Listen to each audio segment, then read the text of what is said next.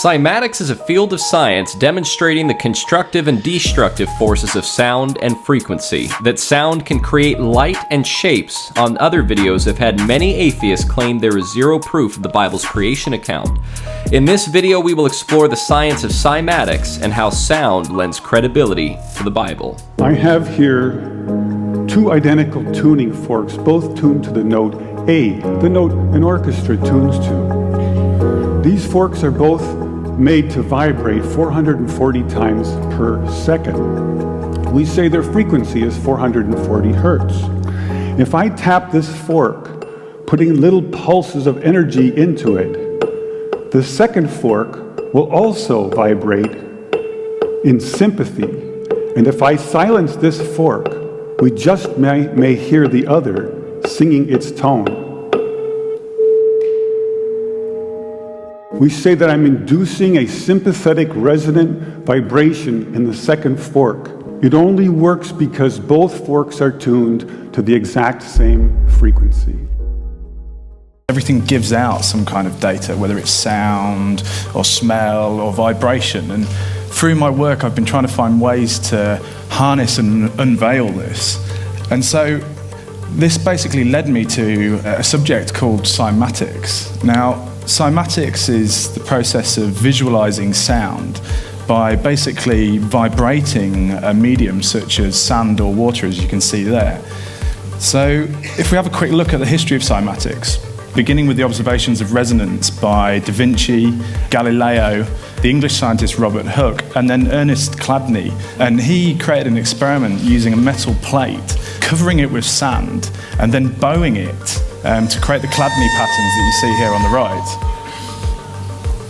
Moving on from this, the next person to explore this field was a gentleman called Hans Jenny in the 1970s, and he actually coined the term cymatics. And then bringing us into the present day is a fellow collaborator of mine and cymatics expert, John Stuart Reid, and he's kindly recreated for us the Chladni experiment.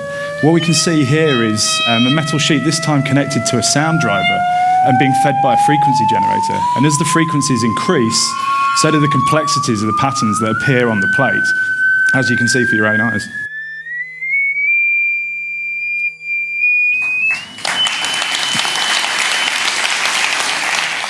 We can see cymatics show that frequencies can create shapes and have resonance with other objects of shared frequency. Stick with me to the end because we will draw conclusive proof that cymatics holds secrets to creation and destruction. Nikola Tesla stated if you wanted to find the secrets of the universe, you'll have to think in terms of energy, frequency, and vibration. Now, many of us have seen this very charming young man on the internet who shatters crystal glasses with his powerful voice.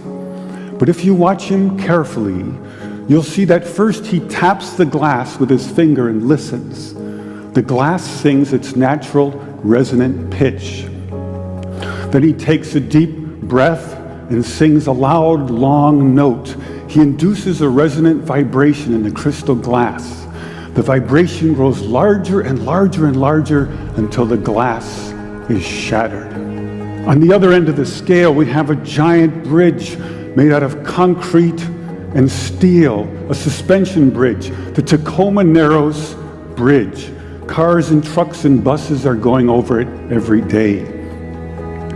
And unfortunately, where they built this bridge, there was a steady wind blowing across it. And one day this wind induces a small vibration in the bridge, hardly noticeable.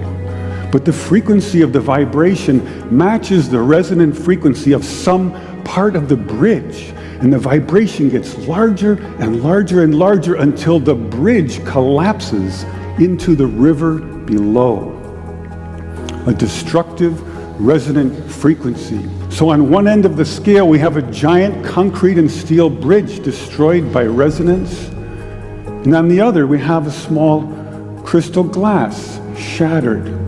So maybe we could shatter something even smaller, something really small, something you would need a microscope to see. Maybe we could shatter a living microorganism. What excites me about cymatics? Well, for me, cymatics is an almost magical tool.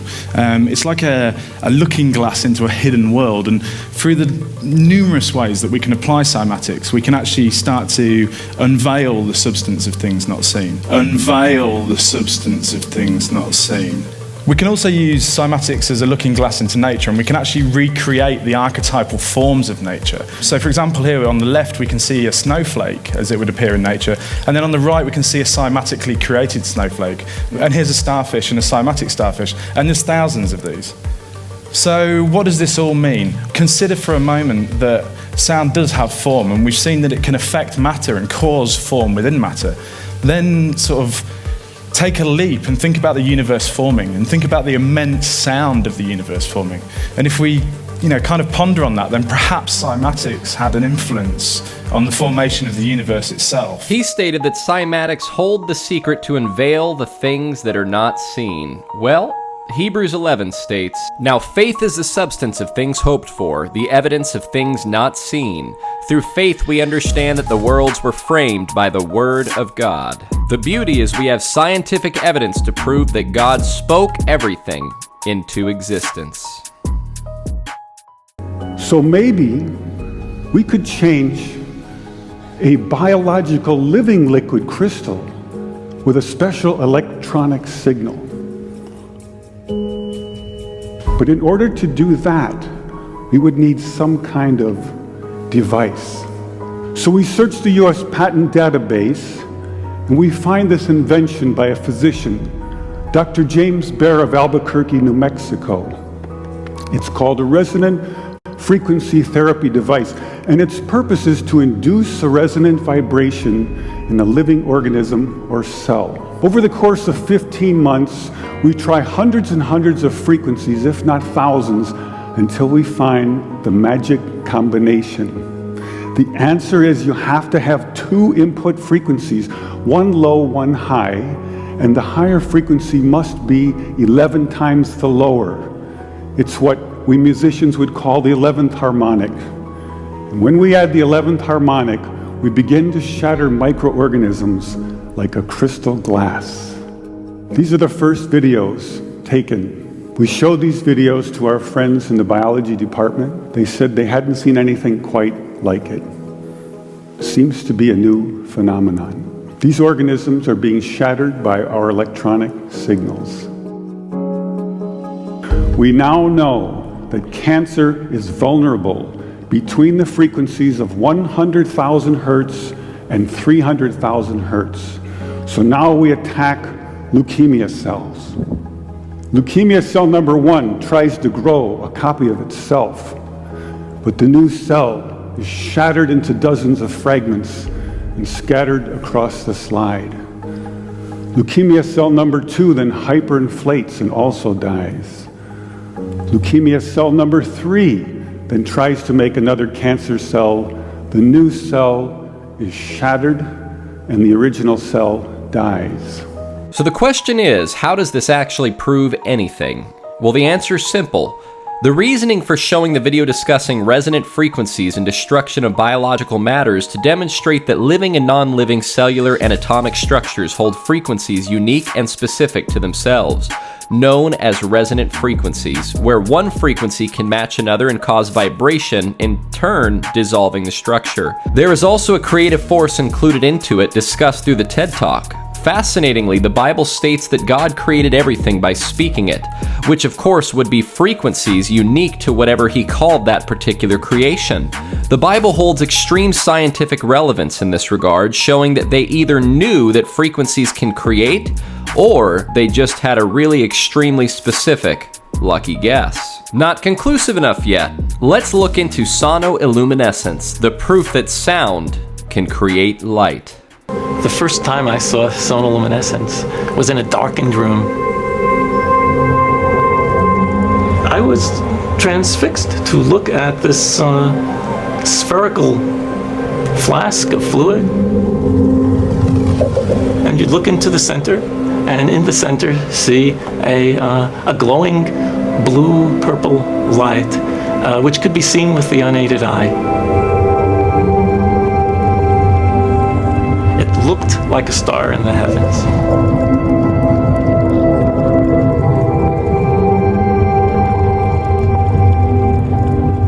Seth Putterman called it the star in a jar, a tiny spot of bright light contained in a flask of liquid.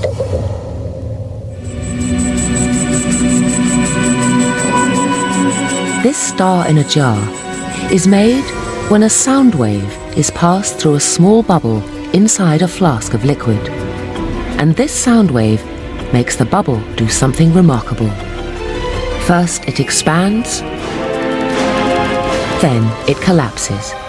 And this collapse happens so violently that vapor molecules trapped inside the bubble slam together and heat up so much that the bubble gives off an incredible burst of heat and light, several thousand times a second, giving the appearance of a star.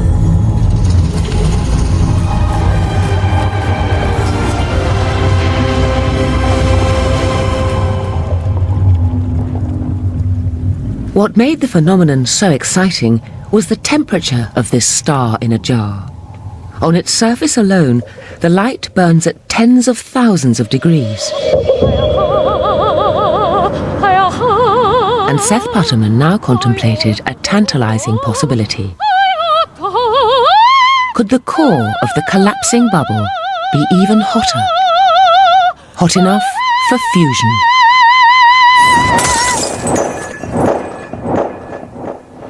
One of the mysteries of sonoluminescence is to determine exactly how hot the interior of the bubble gets.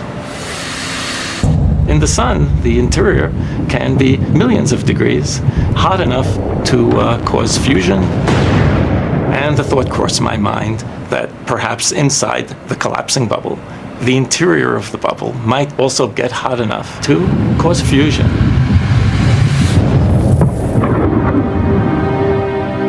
If so, this would be something truly amazing. By simply bombarding tiny bubbles with sound waves, temperatures of over 10 million degrees would be created.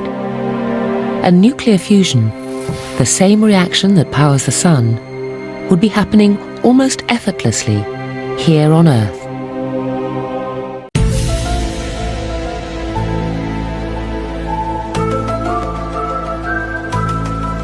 I hope that the point that I'm making here is becoming more and more clear. We have scientific evidence that sound and frequency not only creates light, but is also capable of recreating the shapes and figures of animate and inanimate objects alike.